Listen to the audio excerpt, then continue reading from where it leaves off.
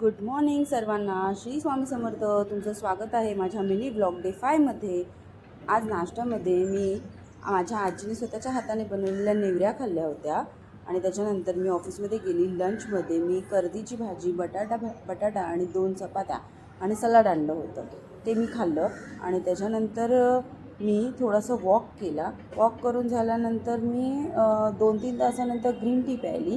Green tea प्यायल्यानंतर थोडंसं काम केलं आणि मला ग्रीन टी ही छान आवडली होती, पण आता ही माझी संपत आलेली आहे, म्हणून आता मी दुसरी ऑर्डर केलेली आहे. तर त्याच्यानंतर घरी गेल्यानंतर जेवणामध्ये सगळ्यांसाठी चिकन बनवणार होती मी.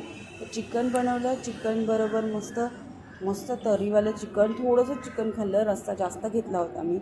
आणि चिकन आणि भाकऱ्या असा आजचा बेत होता, कारण की त्याच्यानंतर मला थोडं बाहेर जायचं होतं. त्याचा ब्लॉग लवकरच तुमच्याबरोबर येईल, तर तुम्ही ते बघत राहा.